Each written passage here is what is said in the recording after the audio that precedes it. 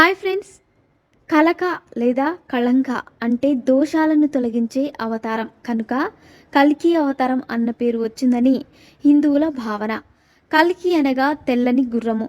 ఈ పదం ఈ నామానికి మూలమని కూడా ఒక అభిప్రాయంగా హిందువులు భావిస్తారు.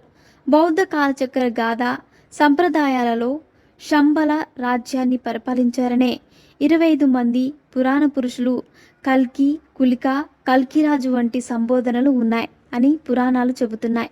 ధర్మాన్ని పునఃస్థాపించడంలో కల్కి భగవంతుడికి తన సోదరులందరూ సహాయం చేస్తారు. తన సోదరులందరూ దేవతల అవతారాలుగా ఉంటారు. కల్కి భగవానుడిని తండ్రి పేరు విష్ణుయాష్, తల్లి పేరు సుమతి. భగవానుని తండ్రి కలియుగంలో విష్ణుమూర్తి గొప్ప భక్తుడు. తనకు వేదాలు మరియు పురాణాల మీద గొప్ప అవగాహన ఉంటుంది. కల్కి భగవంతుడికి 2 సతీమణులు ఉంటారు. తొలి సతిమణి లక్ష్మీ రూపం పద్మ, రెండో సతిమణి వైష్ణవి శక్తి రూపం వైష్ణవి అనగా తల్లి. వైష్ణోదేవి రామావతార కాలం నుంచి భగవంతుణ్ణి కళ్యాణం చేసుకోవాలని తపస్సు చేస్తుంది.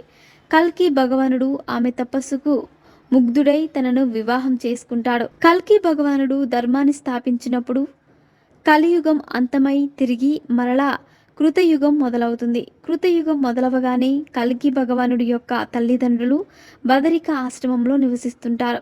వారికి మరణం ఉండదు. కల్కి భగవానుడికి 2 కుమారులు. వారిద్దరితో ధర్మపాలన చేయిస్తాడు.